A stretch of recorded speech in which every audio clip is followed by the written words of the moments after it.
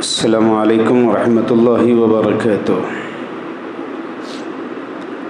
ان الحمد للہ والصلاة والسلام علی رسولہ الکریم، اما بعد۔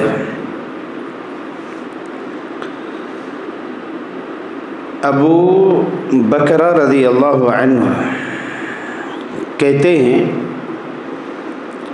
کہ رسول اللہ صلی اللہ علیہ وسلم نے ایک مرتبہ ہم لوگوں سے سوال کیا، الا انبئکم باکبر الکبائر، اے صحابہ کیا میں آپ کو بڑے بڑے گناہوں کے بارے میں نہ بتاؤں؟ صحابہ نے اللہ کے نبی سے پوچھا کہ کیوں نہیں، اب ضرور بتائے۔ تو آپ صلی اللہ علیہ وسلم نے فرمایا، الاشراک باللہ وعقوق الوالدین وقول الزور۔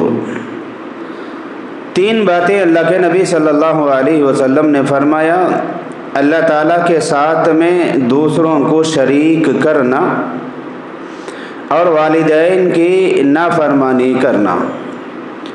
صحابی رسول کہتے ہیں یہ دو باتیں بتاتے وقت میں آپ صلی اللہ علیہ وسلم اپنے چار پائی پر ٹیک لگائے ہوئے لیٹے تھے۔ پھر آپ صلی اللہ علیہ وسلم سیدھے اٹھ کر کے بیٹھ گئے۔ اس کے بعد پھر کہا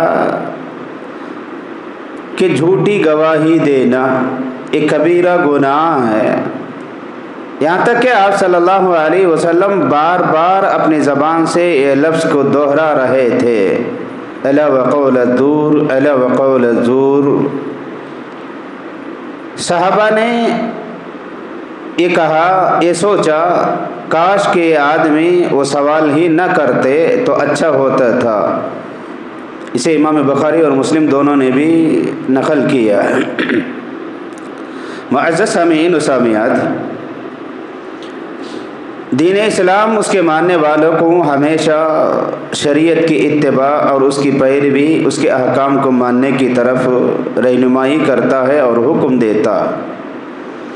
آدمی کو چاہیے کہ چاہے وہ کسی بھی طرح کا عمل کیوں نہ ہو، اگر اللہ کے نبی نے حکم دیا ہے، اچھا کام ہے تو اسے کر لیا جائے۔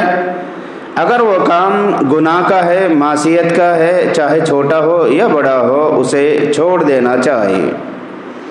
آدمی جب چھوٹے چھوٹے گناہ کرنے لگ جاتا ہے تو پھر وہ بڑے گناہ کا عادی بن جاتا ہے، پھر وہ گناہ بڑا بن جاتا ہے۔ اب یہاں اللہ کے نبی رسول اللہ صلی اللہ علیہ وسلم نے تین بڑے بڑے گناہوں کے بارے میں رہنمائی کیا اور کہا کہ اس کو چھوڑ دے۔ لیکن معاشرے میں ہم دیکھتے ہیں کہ اکثر لوگ ان باتوں کو گناہ سمجھتا ہی نہیں ہے۔ بہت سارے لوگ شرکیہ اعمال، شرکیہ کاموں کو عبادت سمجھ کر کے، ثواب سمجھ کر کے، عمل صالح سمجھ کر کے کر لیتے ہیں، حالانکہ وہ گناہ ہے، شرکیہ اعمال ہے، اللہ کے ہاں ناپسندیدہ ہے، اس کا سبب اور اس کا انجام اسے جہنم رسید کر دیا جائے گا۔ دوسرا، ماں باپ کی نافرمانی۔ 90% اولاد، 90% جو اولاد آج دنیا کے اندر ہے وہ ماں باپ کی نافرمانی کو گناہ سمجھتے ہی نہیں ہیں۔ ہر کام کے اندر ماں باپ کی نافرمانی، ان کی ناشکری، ان کی ناقدری کرتے ہوئے نظر آتے ہیں، حالانکہ اللہ رب العالمین نے یہ کہا کہ ماں باپ کی نافرمانی اللہ کی نافرمانی ہے، ماں باپ کی رضا مندی اللہ کی رضا مندی ہے، رضا الربی فی رضا الوالدین۔ اس کے باوجود اکثر بچوں کو ہم دیکھتے ہیں کہ ماں باپ کی نافرمانی کو گناہ سمجھتے ہی نہیں ہیں، ہر بات میں ان کی مخالفت کرتے ہیں، شیطان کی اتباع کرتے ہیں اور ان کی نافرمانی کرتے ہوئے نظر آتے ہیں۔ تیسری چیز، قول الزور۔ اللہ کے نبی صلی اللہ علیہ وسلم نے فرمایا، اللہ کے ساتھ شریک کرنا یہ بھی اللہ کی نافرمانی ہے، گناہ ہے۔ والدین کی نافرمانی کرنا یہ بھی گناہ ہے۔ یہ دو گناہوں کے مقابلے میں جھوٹی گواہی دینا یہ بہت بڑا گناہ ہے، کیونکہ اس کی وجہ سے شریف لوگ، اچھے لوگ، معصوم لوگ خام مخواہ ذلیل ہو جاتے ہیں اور بدنام ہو جاتے ہیں، معاشرے سے ان کی اہمیت گھٹ جاتی ہے، ان کی عزت لوگوں کے نگاہوں میں کم ہو جاتی ہے۔ آدمی اپنے مطلب کے لیے، اپنے فائدے کے لیے، دنیا کے چند لقموں کے لیے خواہ مخواہ دوسرے لوگوں کے بارے میں جھوٹی گواہی دیتا ہے، ایسی جگہ پر بھی آگے بڑھ کر کے بول دیتا ہے جہاں اسے پوچھا ہی نہیں جاتا ہے، تو معاشرے کے اندر پائے جانے والا ایک بہت بڑا ناسور ہے، بہت بڑا گناہ ہے۔ اسے بھی گناہ سمجھنا چاہیے اور اسے اپنے آپ کو بچانے کی کوشش کرنا چاہیے۔ خلاصہ کلام یہ ہے درس کا کہ گناہ چاہے چھوٹا ہو یا بڑا ہو، اسے بچنے کی کوشش کرے۔ نیکی چاہے چھوٹی ہو یا بڑی ہو، اسے نیکی سمجھ کر کے کر لیا جائے۔ اگر گناہ کو چھوٹا سمجھ کر کے کرتے چلے گئے تو پھر چھوٹے چھوٹے گناہ بڑے گناہوں کی طرف آدمی کو لے کر کے چل جاتے ہیں۔ آدمی بڑے بڑے گناہ کر لیتا ہے، پھر گناہ سمجھتا ہی نہیں ہے۔